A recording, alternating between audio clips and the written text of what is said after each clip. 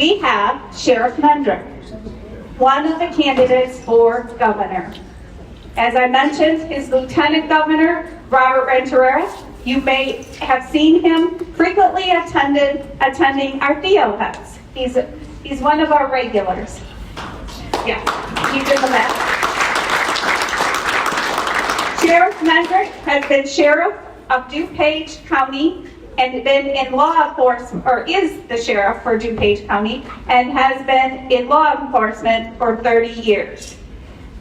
So we would like to, just so you know, if you haven't been here before, we usually let the speaker speak for 45 minutes, and then the last 45 minutes, I will come out in the audience and you can ask questions. So without that, we'd like to introduce Sheriff Jim Mendrick.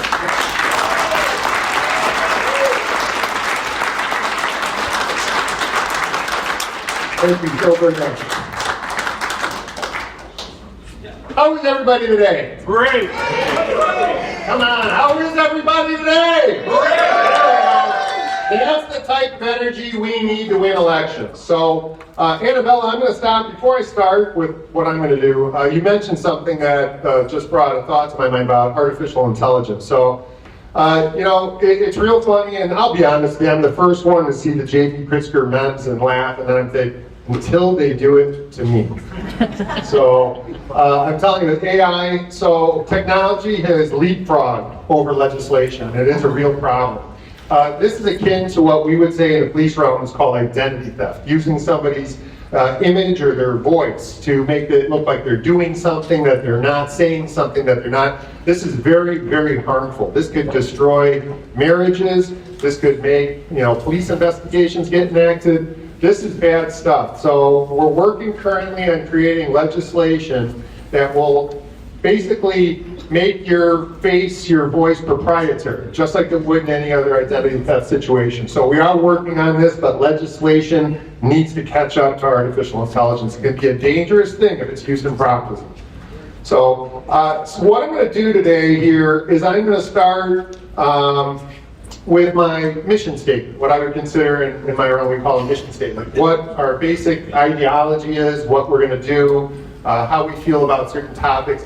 Then I'm going to go to my qualifications, because everybody seems to think that I'm a police chief, and a police chief and a sheriff are quite different animals, and I want to make sure you guys know the differentiation of what me as a large stakeholder government employee deals with every day.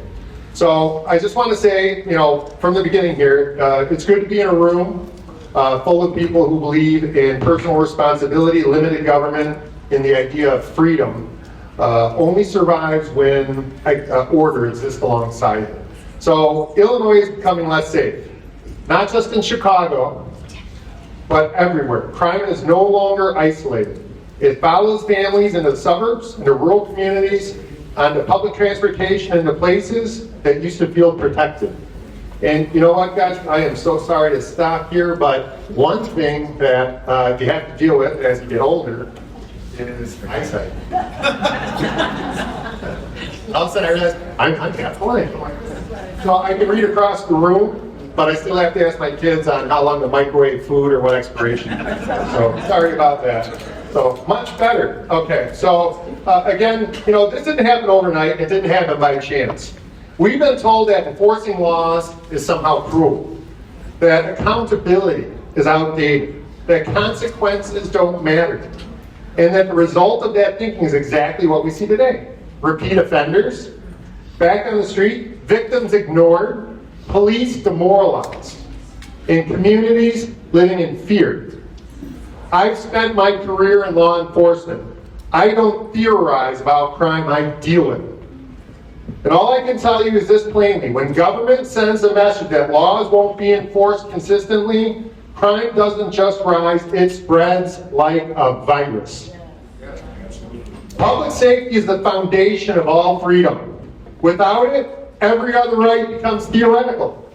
Families can't live freely if they're afraid. Businesses can't operate if it's overrun by crime that causes communities that can't thrive when lawlessness is excused. When it comes to the current administration, Whether it's crime on our streets or ideology in our classrooms, the pattern is the same. Government stepping past its proper role and families are paying the price.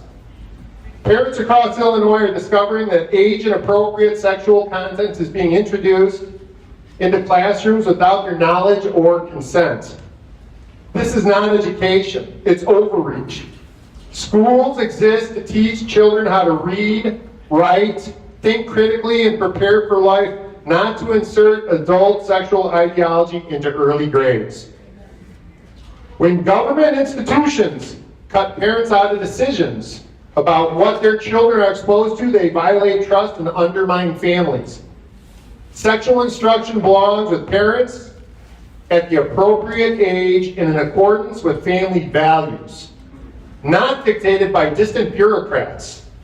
Restoring transparency and parental control in education is not extreme, it's common sense, and it's necessary, and I think it's why this election matters so much.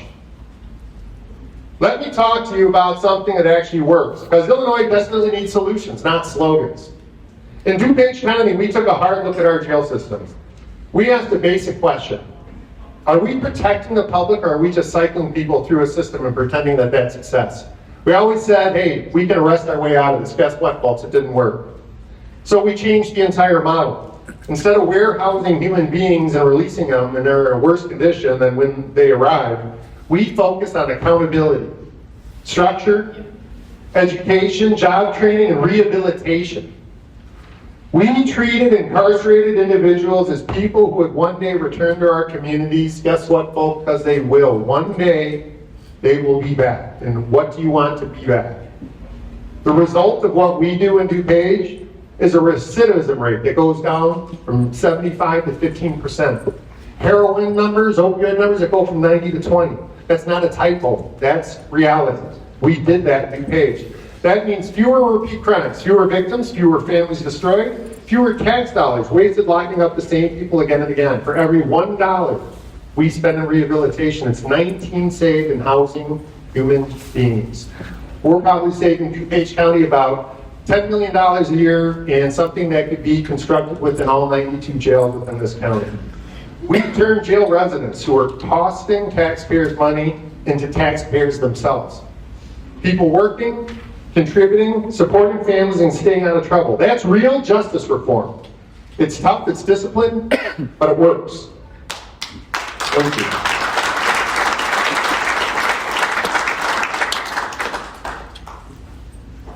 But compare that to what Illinois has embraced statewide. Catch and release policies, weakened law enforcement, and a system that prioritizes offenders' comfort over victim safety. A system with no consequences. Doesn't just fail innocent victims, it fails the offender too. When someone commits crime and faces no real accountability, they don't stop, they escalate. Small offenses turn into bigger ones. Patterns harden, and eventually that path leads to long prison sentences or an early grave. Real consequences, applied fairly and early, interrupt that cycle. They force a moment of reckoning, a chance to choose a different direction. Accountability isn't cruelty, it's clarity.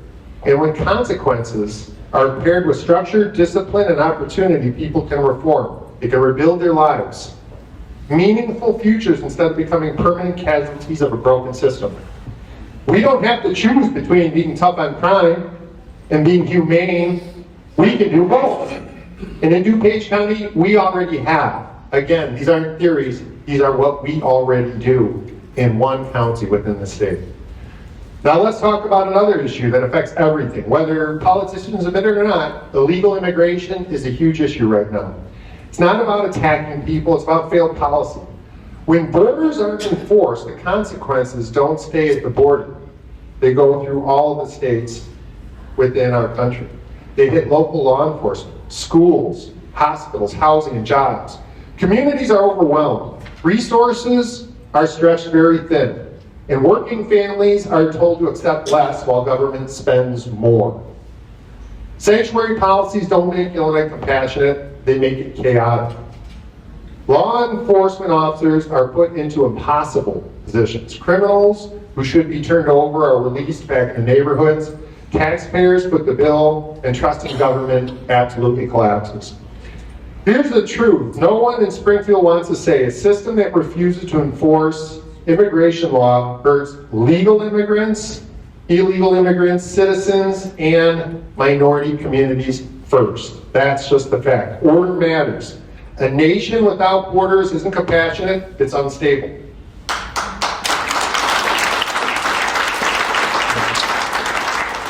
And when government refuses to protect its own citizen, it forfeits its own legitimacy.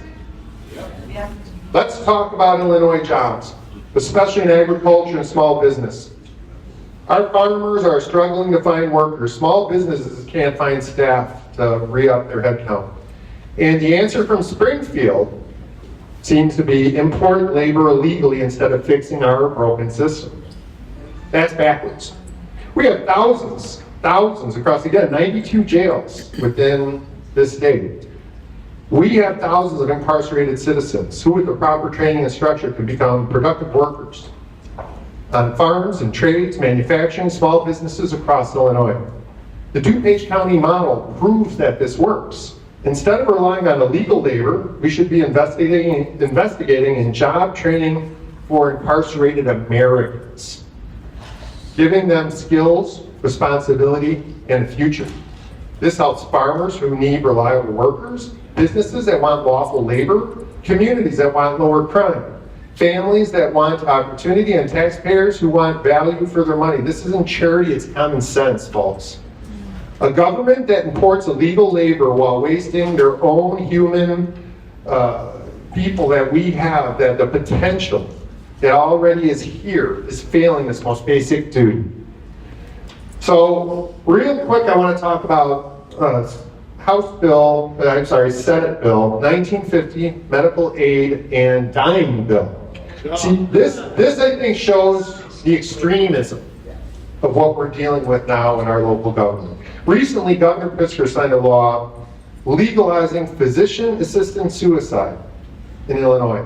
So the terminally ill that want to commit suicide, and they say they're looked at by 2 doctors saying that it looks like they probably have 6 months to live.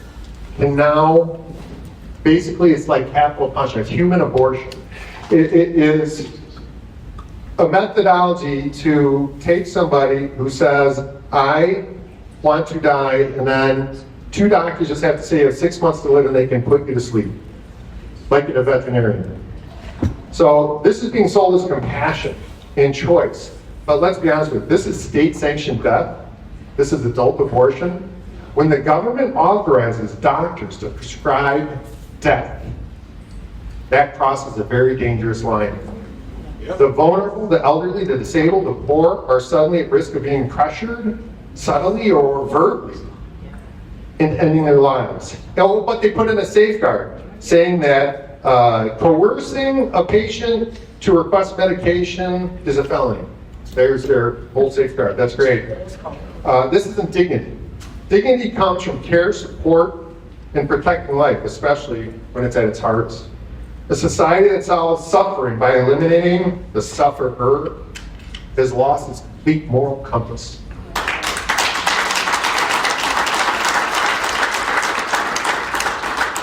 And this should matter to everybody, regardless of party. Because once government decides whose life has value, freedom for all is in danger. Illinois is bleeding, people. Businesses and hope are fleeting. Families are leaving. The last census said that we lost 800,000 people from Illinois. 70% of all the kids in our state that leave for college never come back to Illinois. Once they leave the state, they don't come back. So we're running out of time. In this state, we are running out of time. This election is not about the left versus right. It's about whether Illinois becomes a place people flee or a place to rebuild and live again. I'm running because I've already proven what I can do. I've reduced crime. I've reformed a broken correctional system. I've delivered real results. I've delivered and earned trust across party lines. I've appealed to minorities because they want safe neighborhoods. They want their correctional systems reformed. I've appealed to working families because they want opportunity, to rural families because they're tired of being ignored. And I appeal to the independents because results matter more than rhetoric. Governor Pritzker offers more of what's broken in this state. I offer proof that can be fixed. We fix Illinois now or we lose it. So I want to move into this, and everybody says, so what is a sheriff? What do you have? What are your qualifications? What make you able to be governor of this state? And I asked that question first of J.B. Pritzker, who got kicked out of his own family business because he couldn't make it. And I would ask that to anybody that's running against me also. What are your qualifications? My qualifications are that I have 30 years in local law enforcement, for starters. Anything like the Sanctuary State, the Safety Act, crime, that's my realm. That is what we excel in. But I'm also a government employee, and government business is much different than private business. Private business, hey, I could hire you, and I could say you're going to get paid more because you're a man, you're going to get paid less because you're a woman, and there's no recourse in private business on that. I can do that. Government, not so much. So we have job codes for jobs. If you are applying for a job, it doesn't matter if you're male, female, you have a job code, requirements of what it takes to reach certain pay levels, and then you're on the government payroll. They don't do that. They are abusing that in the worst way in the city. So I manage a big business. I started in 1996 as a midnight patrolman. I did 6 years in detectives as the head of financial crime investigation. That kind of gave me the groundwork of what I'm doing now. Because everyone starts asking me about budget, right? So I look at budget a little different than a statistician or somebody who's going to give you a budget report. Those are the people who report to me at my work and give me the answers I need to make decisions, right? So I run an $80 million budget. So when I started all this stuff, I did 6 years of just investigating financial crimes. It was drug cartels, overseas transactions, it was embezzlers, the billion-dollar companies, retail theft rings, which still exist today. We're dealing with that all over again. But it was always financial crimes. And so I did 6 years of that, and then I became our own agency auditor, called the accreditation manager, that made sure that we held up to 1,500 standards, and I audited my own agency for 3 years. Then I took over the budget. I've done an $80 million budget for 12 years. I have 504 personnel, 300 contractors. I'm the chief negotiator for all our arbitrated awards and contracts. I write our contracts. I run a whole section of government in the second biggest county in this state. And that's what I've done as administrative chief for many years, but for the last 7 years as the elected sheriff. So here's the difference about my $80 million budget and the big, bloated, new $55 billion budget that J.B. Pritzker introduced. I've never gone $1 over my budget since I've been employed.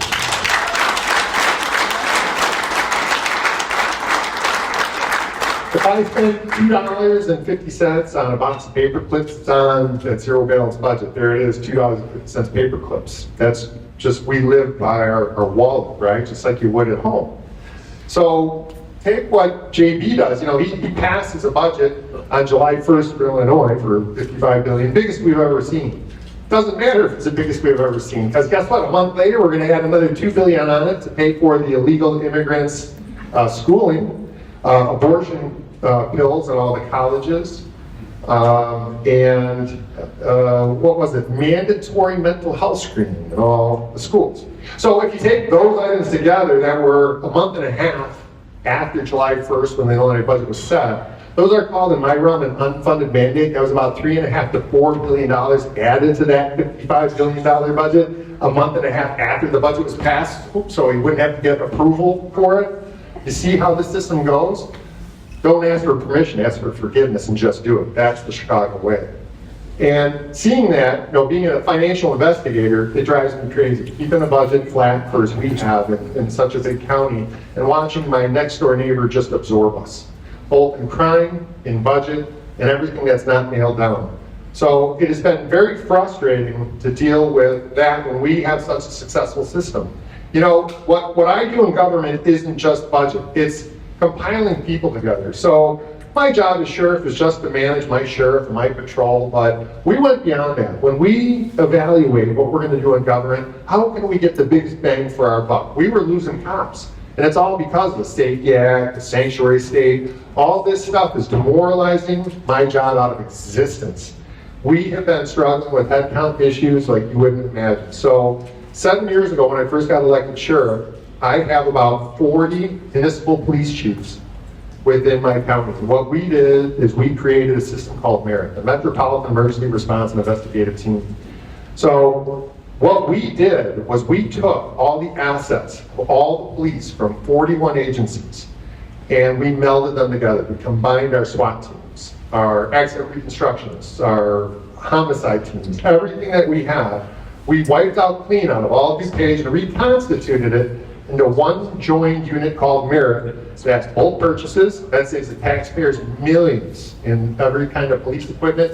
When I go to my county board, I'm asking for something that all 41 local law enforcement agencies want. We respond together, train together, and then it also takes away the, how do you say, the difference in response to a very small poor area or a rich area.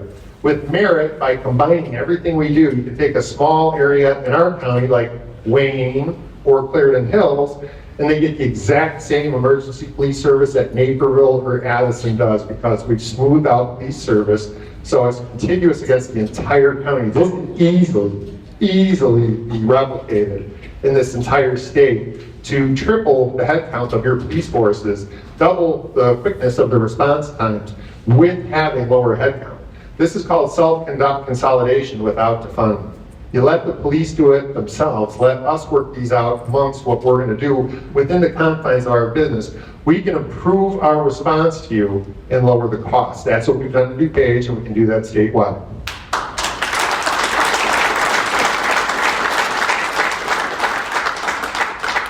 So what we've done in DuPage, a lot of this stuff can be replicated. We are a budgetary animal. And another thing I want to make people realize is everything that you're talking about, people are like, how are you going to lower taxes? How can you lower this? How can you lower that? You're never going to lower anything without dealing with the human factor. People cost more than anything. I don't care. In my budget, my $80 million budget, guess what? 85% of that budget are the people. If you look at what costs the most in the jail, it's housing, it's people. If you look at what costs the most in this state, it's the sanctuary state, it's people. So in 2023, the number that was counted for the amount of illegal aliens in this state was 550,000, right? So there's 26 million that came in. And guys, you know what? I don't want to argue with people about the ideology of it, but you have to understand, we are the national leaders in rehabilitation. So we go to the National Sheriff's Association, we teach this stuff, right? So when I go to teach rehabilitation at the National Sheriff's Association, there's other teachers, there are other sheriffs. There's California, there's Texas, and they teach about their border crisis, and they show us videos. And out here they call me, my county board calls me an alarmist, right? Because I complain about the illegal aliens and the no valid driving, the accidents that have gone up 400%, all that kind of stuff. That doesn't matter to them. I'm an alarmist. And then I go down to these conferences and I'm like, I'm not saying enough about this stuff. It's like, oh my God, I'm watching videos. The first year of Biden's 4 years of open borders, I was watching these videos where there's nobody even remotely near a couple mile stretch of border with holes in the fences. And I'm watching 100 people come in orange jumpsuits, right outside jail systems. I'm watching people in fatigues with guns, displayed diamond formations, as we call them, coming through holes in the wall. I mean, it's like, guys, the first year or two of this, they dumped the jails on us. And when Trump says this, he is telling the truth. I've seen the videos with my own eyes at the National Sheriff's Association conferences by the instructors who teach these courses. So we got the mental health facilities and the jails in the first year. Those residents have been here almost 5 years. So they're dug in. That's what we're dealing with.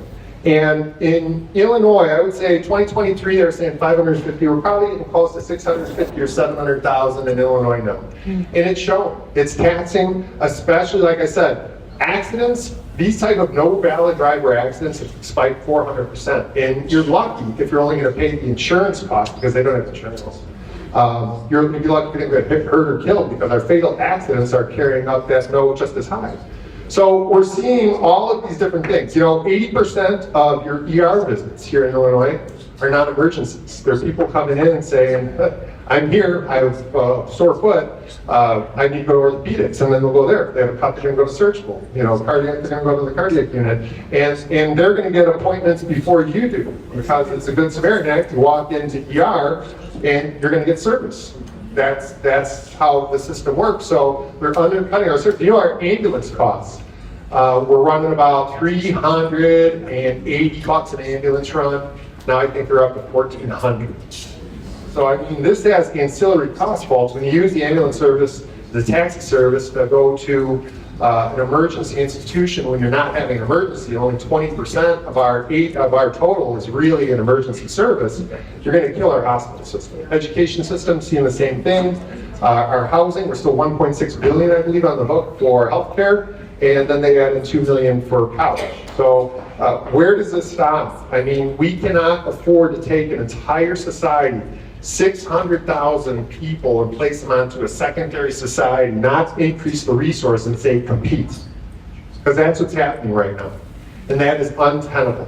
And then if you mix that with the Safety Act, so all of this stuff that I talked to you about, I get the quick story is, 80% come in on substance, heroin, fentanyl, alcohol. Half of them are self-medicating for mental health issues. So we do full drug detox, drug recovery, medicated assisted treatment. I have full one-on-one psychiatric staff.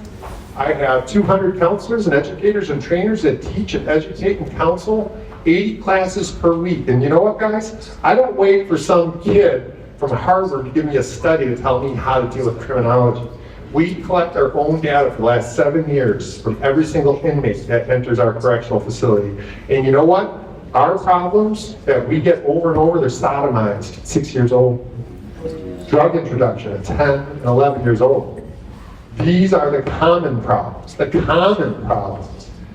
we have in our correctional facility. And what we do is we take all those 80 classes, 200 counselors, we backwards engineer what those exact problems cause, and we counsel, and we therapize, and we educate for those issues. Half the people I get can't read or write. They can't read or write. So I can take somebody, we do GEDs also. We can do a high school equivalency, get you to read and write, put you through college, get you to certified small engine repair. Then I can have you orating written reports analogizing jail life with small engine repair in a matter of 2 years. So if I can get you done, somebody who can't read or write, and I can have you orating a written report, high school and college, in a 2-year period of time, what is our school system doing for a 12-year period of time?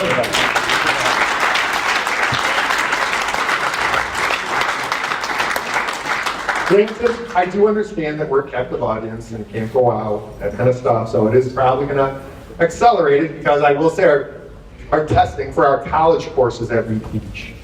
We are a satellite of College DuPage. After all that, we do gang tattoo removal, then we do college training. I let College DuPage create a satellite of College DuPage in my jail. You want to know why? Because then I get all of their goodies, and I don't have to pay. It's just a college in my jail. So they pay for certifications, training. It's the same class they're teaching in Glen Ellen.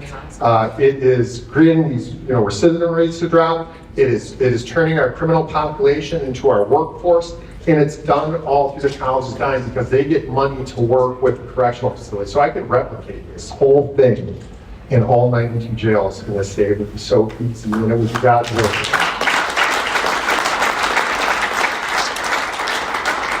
So what I'm trying to say is, what I have had control of in government, we have done very well. All of these things can be replicated at a statewide level, but we don't have a financial problem in Illinois. We have a spending problem. I mean, we have a great revenue spending. What we could do if we were harvesting our own energy, or even our coal mines, really, why would we import energy because of regulation and then pay for it when we have it here, when we could be exporting it at a profit? It just, none of this makes sense.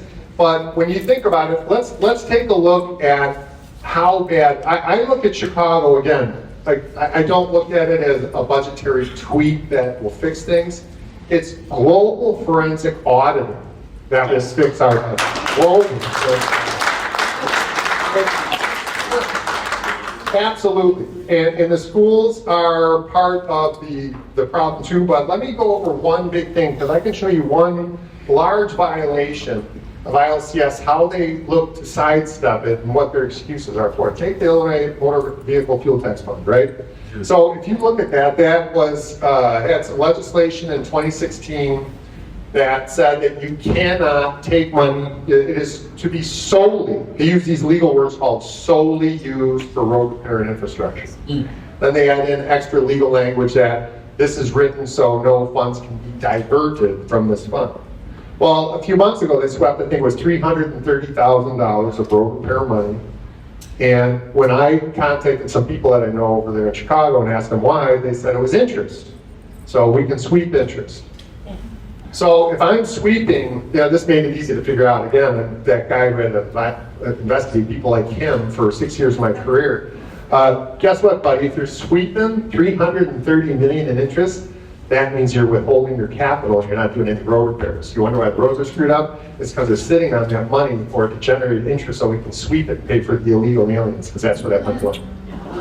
So, guess what? Gotcha. Now, here's one thing you have to understand about me. Just what I said there, that's a violation of Illinois compiled statutes. When I retired and I finished my almost 31 years of policing, I will still be a certified, fully blown police officer 2 years, and if I become governor, they're all going to jail.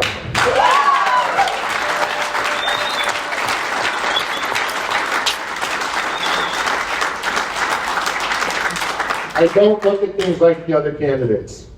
I don't look at things like J.P. Pritzker.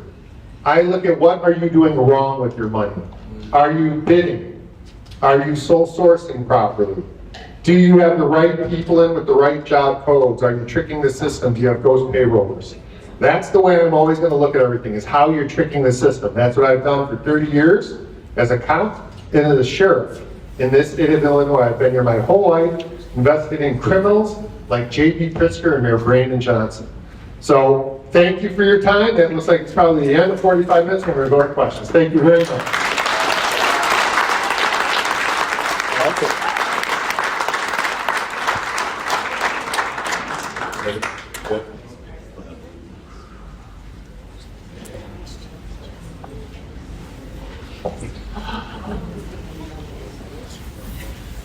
Thank you.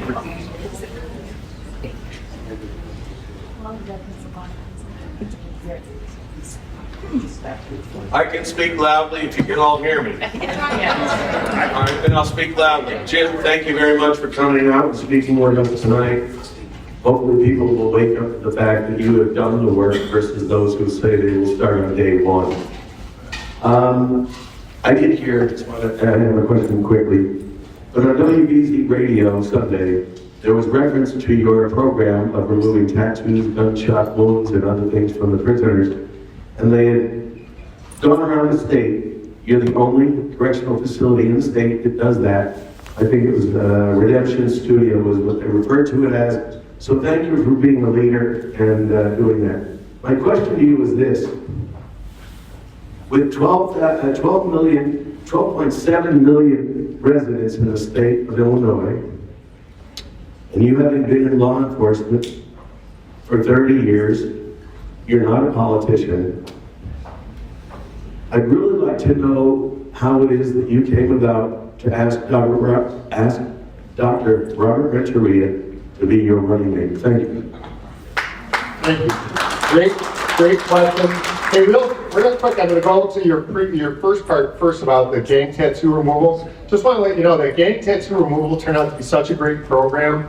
What we ended up doing was removing stigma from people's bodies, because then we mutated that and started taking out human trafficking branding. So people got trafficked by other people, they brand them, actually put marks on them for ownership. We take those off. Cutters, we can take the cut marks off. Injection ports from drugs, you can take those off. Bullet holes. You know, murder hasn't really gone down, folks. Shootings have gone up. It's just they can save you a lot better with silver nitrate and all that kind of good stuff in hospitals now. So we cover up anything on your body with the stigma now. That program is maximized out to anything that you might have on you. We had a guy with FUCK on his forehead when he came on. John didn't didn't go so well with that. So he wanted it off. We took that off, and now he's gainfully employed. Go figure, a year later. But now we get back to the choice of Robert Renteria, the Lieutenant Governor, my only choice. And the reason I picked him is, you know, one day he came in, and again, this goes back to our jail program. So he's a community leader, an activist. He works with kids. He works with gangs. He works like on the outside with everything that I work with on the inside. So our two hemispheres met a few years ago, and we're like, hey, let's start working on some projects together. You know, none of this governor stuff was even ever thought of. He was doing his thing, and I was doing my thing. We figured, let's combine our services to do better for the kids. You know, he and I, everything that we talked about, we always said it's the kids. Work on the kids. Everything else comes after that. So I'm like, okay, he had a book, and he said maybe people in my jail would like to read it. I don't let anything into my jail until I look at it myself. So I'm like, I'll take the book. And I look at the book, and I'll be honest with you, I was going to read the first 3 or 4 pages so I could at least talk enough knowledge to say, yeah, I looked at your book. I started and I got hooked. And in 2 days, I just blasted through the whole book. I loved it so much because if you look at the bar end of the boardroom, that's the book. That is in my jail now, in Mass. But if you read it, it's a story of getting out of gangs, getting out of negative life, following positive influences, and working your darn butt off. Working harder than the person next to you. Being out on weekends while they're at home. Getting there at 5 until when the job starts at 8. You know, the book just exhumed of a person who is driven by work, and I am going to do better, bound in religion, bound in I want to be out of a bad life. And I mean, when I looked at all these things, I'm like, this is the guy. So I started bringing Dr. Renteria into my jail for jail tours, and I brought him in for book signing and all that kind of stuff. And then when I started to do this, I'm like, you know, I don't want a politician. I think it would ruin what I'm doing. I'm a policeman, I'm law enforcement. I want somebody who's going to be more like me. And to my chagrin, when I asked Robert, he actually seemed surprised. And I asked him, he's like, you're actually, he didn't know what I was going to ask for. I pulled him over into a side room before one of his meetings. And I asked him to be my lieutenant governor because I knew he had a good heart. He was a soul that cared about people. And you know what? He's got 20 years in this business. I've got 30 as law enforcement. Combined, we have 50 years. We have half a century of this work. We work together already in this realm, and I could have picked no better partner to help me in this endeavor to help the kids, the children of Illinois. Here, here. You have a question now, Chair? Hey, you know what, Robert, would you mind coming up? That way, if you have questions, I'd like you to be able to ask Robert or I just wanted to include you in this.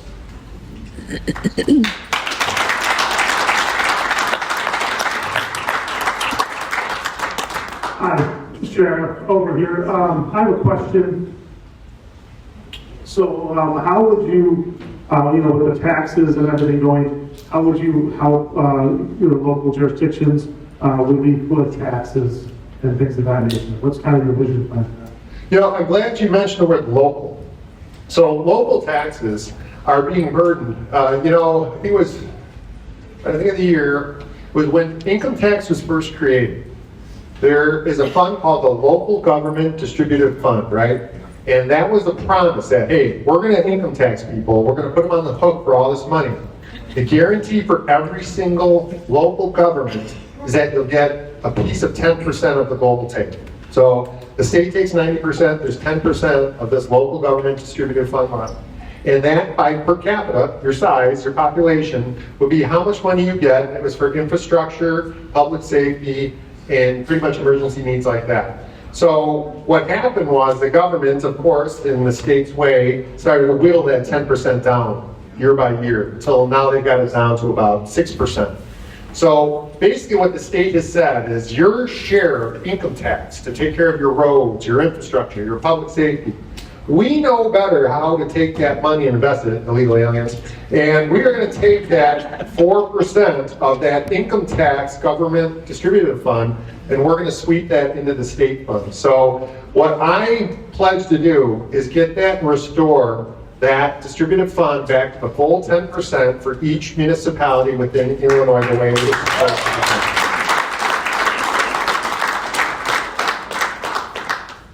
I just have a quick question. When you're trying to restore these prisoners so that they can be productive in society, is there any kind of dyslexia training or tutoring for them?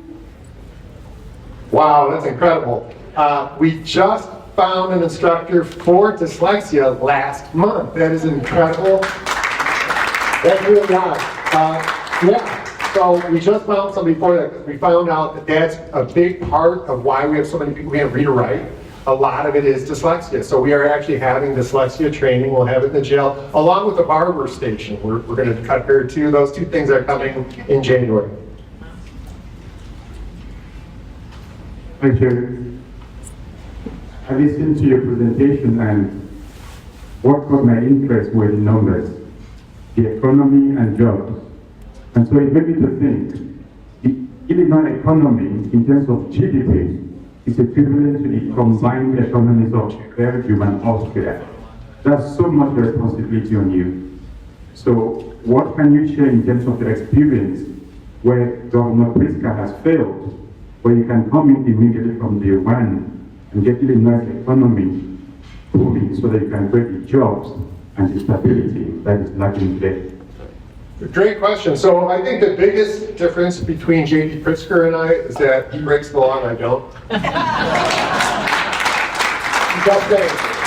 So let's start with federal law. We're losing an additional $2 billion because we're violating federal law by imposing a sanctuary state. And I hate to say it, folks, no matter how you look at this, when state law goes head to head with federal law prevails. And we have not admitted that yet as the state of Illinois, and we are paying the price for it. So, I mean, when you're looking at $2 billion in federal funds, when you're looking at 1.6 for an annual healthcare cost, when you're looking at the ambulance and hospital rates increasing, we're going to be paying for college. We're still paying for the link cards and the housing and the food.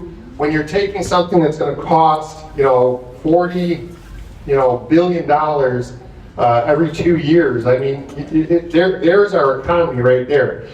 Sanctuary state would be the very first thing that I would eliminate, because all that takes is a call from the governor to the president. And the sanctuary state, again, and keep going back to this, it's people. I don't care what, you can go look at anything out there. This establishment we're in now, 85% of their cost is their employees, okay? Everybody's main cost is people. People cost the most. So if you abuse that, and the sanctuary state does it every day, we're paying for people that we cannot afford, it's going to cost that much. But the other thing, again, and the reason I mentioned the difference in crime, and we have this cute little saying where Sal being the first, governor coming out of the jail instead of going into one. That's because anecdotally, that's a cute moniker, but truthfully, it's the truth, because they're violating laws. They're not paying people what they're supposed to. I just saw, did you see, there were the guys in Chicago, their assistants, they were showing government assistants. Was it? Alderman. Yeah, alderman. Alderman assistants making almost $250,000 a year. Assistants, and alderman's assistants making 237, 268. So that's just starting to break now. So that's this thing I'm telling you about. Here's the big difference, and this is I keep trying to make a businessman is a businessman. A government businessman is a different businessman. Government business has different rules, reporting, FOIAs, audit processes. We are different than a business. We have to hold to what government ideals are, and that is what we're not doing now. If we did, though, it would save billions. If we were actually doing real bids, real sole sources, real job codes, no low payrolling, the abuse that we will save between the sanctuary state and the abuse of our budget, we can recover our budget in your property taxes probably cut by 20%. but that's because of abuse. Hi, not so much of a question as an endorsement. Sheriff Mendrick doesn't realize that I came here. I've worked hand in hand with the sheriff for decades. I recently retired. So I'm going to answer some of your questions of the type of individual that he is. He's a man of integrity, okay? He is very family oriented. He's always been there, not only for my family, but for the families at the DuPage County Sheriff's Office. You could put that into a very short box to say he has an open door policy. He's always had that as sheriff. From the individual at command to the individual that just first got fired at the sheriff's office, he always had an open door policy. And he's a man of integrity.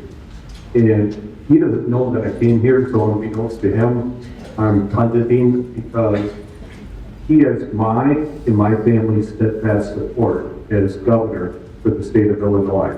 If you want a man of integrity, a man of character, a man of resolve, somebody who's honest and that's capable of doing the job, who says what he says and means what he does, that's your next governor right here. Thank you, Brian. Thank you. Very surprised to see you, my brother. So I'm not just a congressional candidate, I'm also a mayor, and you're singing my song when it comes to LGBF. Now let's talk about part two of the situation here. What are you going to do about unfunded mandates? Because they are killing us day by day.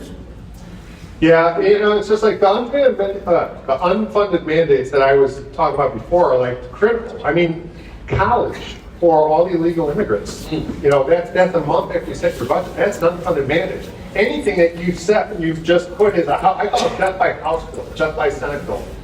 We're going to have to stop these mandates, stop, you know. Again, I go back to my budget process in DuPage County. We have a zero balance budget. I don't know how a government gets away from that and then just starts doing what I call monopoly money budgeting, where you're just generalizing your budget. They're not specifics. It doesn't add up. How does a budget add up, and how do you go up to $55 billion a year, and then a month and a half later, I'm going to say I'm going to add another $5 billion to it? I think first, we have to start entrusting our local municipalities with their fair share, because honestly, you guys are doing better than the state is. You guys know your own problems better than the state. But at the state level, we have to start trapping more monies for our municipalities and let our municipalities start using it for what they know the problems are. You know, it's the same way that I ran government at the sheriff's office. You know, I always told my correctional deputies, my patrol deputies, courthouse, wherever we're looking to make a change, you tell me where we can make the biggest change, how we can create a team, and how we can move things forward in a better way. And we've always done it through teamwork. But I think with the budget the way it is, I think with how bad things have gotten, we have to take control of it. And the only way to do it is to audit it, find out where all the pieces fall. Like I said, in my business, we do what we call a forensics audit. What we do is we take your computer hard drive, right, and we clone it. We put the original away and don't touch that for evidence. And then we take your hard drive and we look at every single dollar. And detectives, we always said, always follow the money. And if we follow the money, we can follow the money to some very clear paths that will show where the abuse is. I'm telling you right now, it's in headcount, it's in contracts, and it's in housing. That's where all the abuses are happening now. And the distributive fund is just an additional source of money that they need because they can't afford all the people on the sanctuary state. See, what you have to understand is when they need this much money, something's driving, right? And it's all these people. I think that the 2023 numbers of 550 are probably closer to 700,000 in Illinois now, because we're seeing it in the time it takes. You know, and there's another ancillary cost. Probably 20% of the police's time are dealing with non-residents, illegal aliens. So even your police time is being consumed by basically committing illegal acts. So we've gone so far off the reservation that we're spending our money on things that we just shouldn't be spending our money on. My question is actually for Dr. Robert Renteria. I wanted to, we've had conversations before about community outreach and bringing more people into the park. And I know you had a saying about bringing and speaking with people and breaking bread. Could you elaborate? Well, first of all, thank you. Great question. Those of you who know me that I am not a professional politician. I'm a public servant. I'm a U.S. Army Airborne veteran who's honorably served our country for over 7 years as a U.S. Army Airborne veteran. And what I learned was that it's people over politics. You leave no man, woman, or child behind.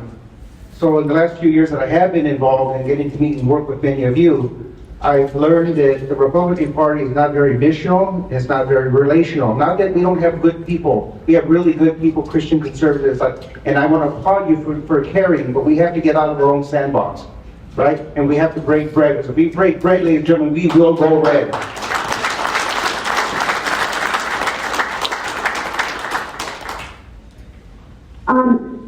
In the 2024 election, we had great concerns that illegal people were voting. And we feel really helpless about it because I guess like the election judges aren't even allowed to ask or even ask them if they have, if they're citizens or anything. It's clearly illegal. What kind of resource, what can we do to prevent prisoners or whomever using illegal immigrants as voters in the upcoming elections? Yeah, so that is a big concern. Voter integrity is one of our largest concerns. We're looking at what we're going to have to do for legal matters, lawsuits in the future, but for right now, we're assembling teams. We're trying to get hundreds, if not thousands of people together to be poll watchers, election judges. We're working with groups now that are going to be reading the voter rolls. We have a big problem with people that passed away or moved and they're not being cleaned up off the voter rolls.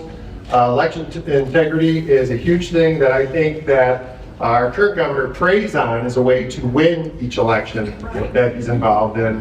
But we're building teams right now.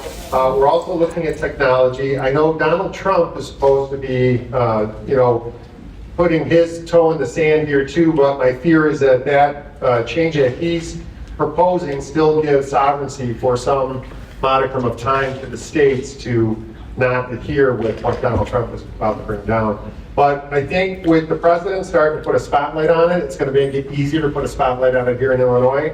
And we're already working with some pretty large groups. We're going to have to do a lot with election judges and poll watchers, though. That's where the rubber is going to hit the road. So I want to just add to that Harmeet Dillon nationally is collecting to clean up the voter rolls, but wouldn't you know that they are not allowed, Illinois is not giving her that information. So I don't know, they'll eventually have to sue or figure out a way, like you said, to get it from Illinois, because right now Pritzker is not providing that. So I think what we're going to actually have to do too is a post-election sweep where we take the coroner's report, right? The coroner has a master ledger of anyone who's died within our state. If we take the coroner's ledger post-election and match it to the voting rolls, if there's a whole bunch of people that voted, in Texas we call that a clue. Well, we are working, I work on the state level for election integrity, and there is anyone who wants to get involved, you can come in and talk to me. We have someone that's leading the charge here for voterless maintenance. Good. And so that's exactly what we're working on now, and it really needs to be done before. That was something that Pam Bondi actually said. I was at an event, and she told us that it needs to be done before. It's too hard to try and change election results. It's got to be done before. So anyone who wants to participate, we have that. You can be on the voter list maintenance, and that's exactly what we're doing. We actually have someone very good in DuPage. We could certainly use in Kane, but if you have other areas, we can use the help desk. So we have a lot of resources going into this right now, so if we could communicate and exchange, and I will add my resources to you. I probably have Perfect. 20 people working on this exact topic right now. That's good, thank you. All right, Sheriff. You guys know that you're my only pick for governor. And there's a reason for that. I like how you touched on, I'm not sure it quite settled with everybody in this room though, because we get pandered to as conservatives a lot about Christianity and Christian values. And I think there's a real key element here that's missing most places when we hear platitudes. If we don't care about the least among us, the people who are the most marginalized, the people who have been convicts, who have done their time, served their time, people in your jail, in your wards, that resource that goes totally unused is something that I think is forgotten about in a lot of Republican circles. Quite frankly, it's unfortunate. What roles do you see being able to be filled by people that society's pretty much just forgotten about and thrown to the wayside? How many needs could we speak to by taking that community that you're working so hard to rehabilitate? What does that resource look like on a state level? So on a state level it would be massive. I mean, so we have about 13 million people in this state. Do you know that about 4 million have been inside of a jail, previously incarcerated? So that's almost a third of our population that's seen the inside of a jail. So that's why we get the support, the empathy, the sympathy, and the help with all these programs. We call it Takes a Village. And again, I pay next to nothing for all these programs in my jail because we have so many community partners. It's because so many people themselves or have had a relative or somebody they know, a good friend who's been through this process before. And when we're coming with really one of the only meaningful rehabilitation programs, we have, Kane County is now replicating a lot of what we do in the Kane County Jail. We just have Sheriff Kittleman from Mendrick come down to the tour.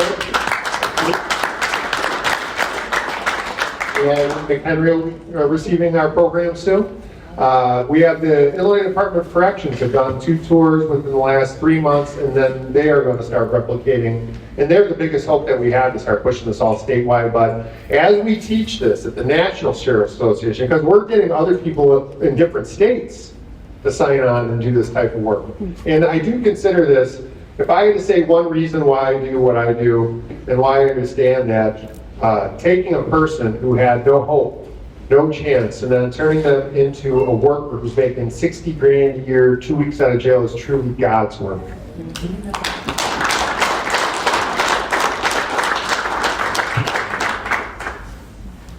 Your Honor, with record levels of student anxiety, depression, behavioral crisis in schools, what would you do to make schools truly safe?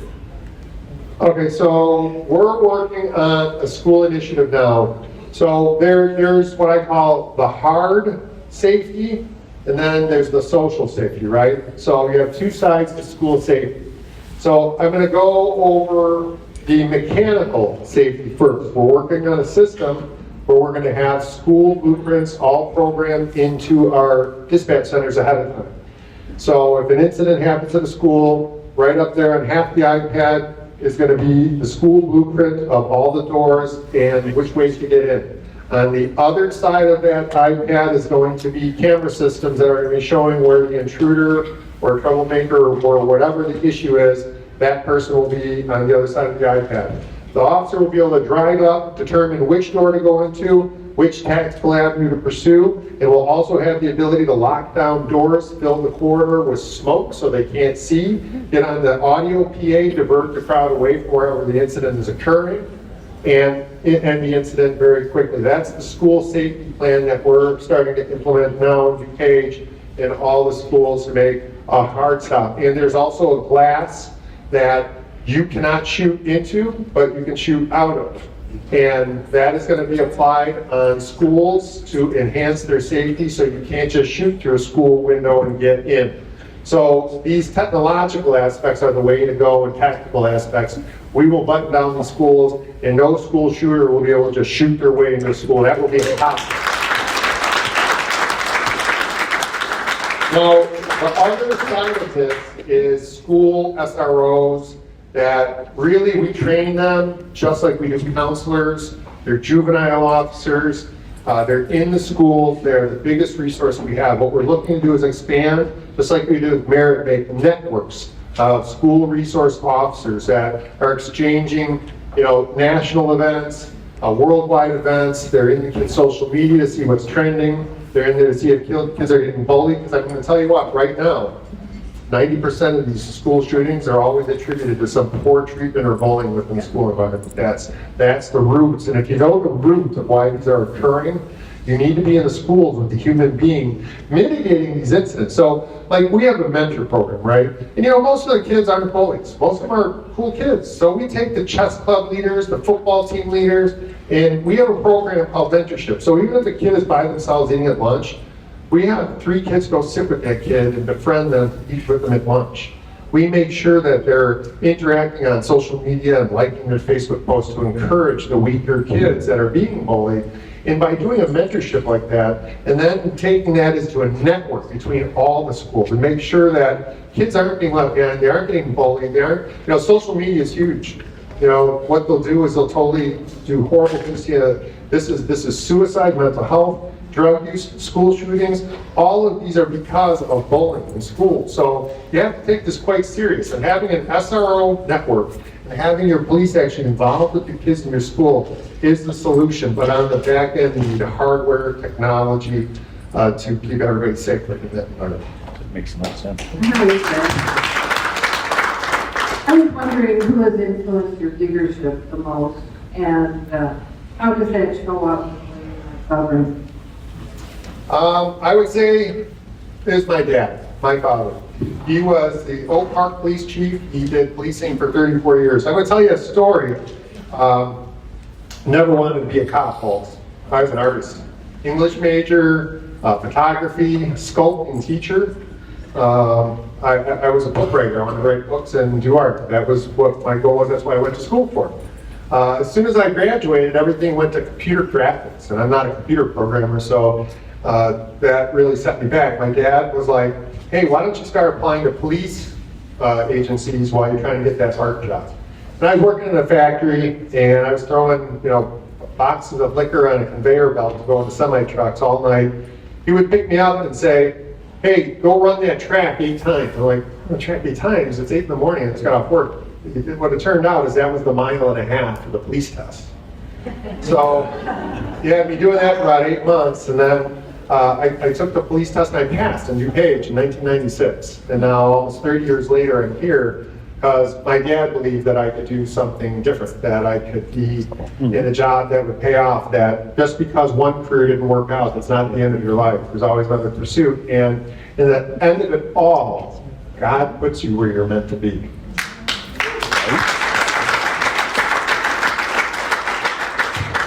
My question, I hope I'm pronouncing it correctly, recidivism. What's your experience with recidivism? That is, people that get out and stay out. So recidivism is the number that they judge us all by in my business. How many people repeat again the behavior that they've done before? How many people don't because of something that you've implemented? And when I came in 7 years ago, we were at a 75% repeat offender for all criminals, and we were at a good 90% for opioids. So what we did was we started to employ these methodologies of detoxing, looking at a permanency of behavior change. How do we not just churn you out and throw you back out so you're going to be using it? Because I'm going to tell you right now, the Safety Act has hurt a lot of what we do, because when you think about it, think of what we do. We take people in, we detox them, mental health, in one-on-one mental health treatment, you couldn't get anywhere, I hate to say it, but in my correctional facility. And then all the job training, all the opportunities and all that, that's hard to get in other places. So we've taken on a mantle where society has failed, where we have taken criminals and warehoused them, and that's why I think the need is so big to bring this statewide. And other correctional facilities, they just had a thing out in Cook County, I think it was a month ago, where they didn't know what the recidivism rates were. I think it's more like they didn't want to tell anybody what the recidivism rates were. but they handle things much differently. In DuPage, we have figured out that it takes a larger process to deal with our criminal population. And if you manage your criminal population the right way, all that money about saving with housing and all that is most likely dwarfed by, I just can't quantify the number of what is it saving us to take career criminals, our scourge that we dealt with every day, what we call as police repeat offenders, and taking those people and making them into our workforce that are generating tens of thousands of dollars a year at a job, making money, paying taxes, instead of burglarizing your car. That's what we've done in DuPage by coming down all the way from 75 to 15% and bringing our opioid numbers from 90 to 20%. We understand that every time we move that needle down, it's a huge change in what the citizens deal with on the street every single day. Amen.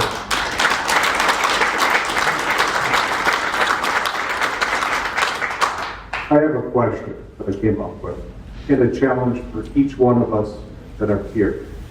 What can we do for you so that you can become the next governor of the state of Illinois?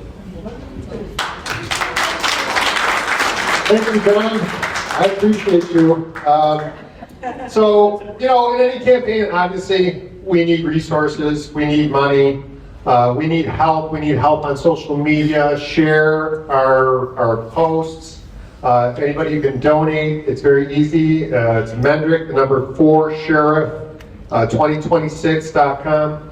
That's our website. Please visit it. Any way that you can either monetarily or physically or health-wise help us in our election, we would so greatly appreciate it. This is a big state. Did you know you could drive 7 hours in Illinois and still be in Illinois? You can. What did I say? Mendrick for governor. Oh, Mendrick for governor. We get stuck in our patterns. I've been doing this for 7 years. Mendrick for governor 2026. Thank you, Chris Yeager, for fixing that screw up. So, again, you know, when you've done something for 30 years, you do get used to it. But what we're looking at now is we just want to replicate the successes that we've had. We have been very successful in government. I would say more successful than any other governmental entity in this state. And we just want to take these relationships, these methodologies, these inclusion of all the resources around us to create success just by doing the right thing. I can't tell you, I can't focus and stress enough by coming to work every day, Mr. Governor, and doing the wrong thing can be changed night and day by coming to work every day to do the right thing. So much can be changed by that. I just want to say we love this guy. The cards are on the table to help in every way, shape, or form. Thank you, Darlene. So I'd like to say thank you to Sheriff Mendrick for all his work as a candidate for all the citizens of Illinois. And thank you for coming tonight to educate the Three-Headed Eagle attendees. We greatly appreciate it. Thank you so very much. Thank you for your hospitality. Thank you for having interest to ask all these questions. I don't want to sit up here and talk about what I want to talk about. I want to talk about what you want to talk about. You are the important people. I keep telling you, there's 2 different types of people. There's a politician. They join this business for power, prestige, money, jobs, all that kind of stuff. Then there's elected officials. They do it because they want to improve where they live. They want to make things safer where they exist with their family. Robert and I are not politicians. We are elected officials.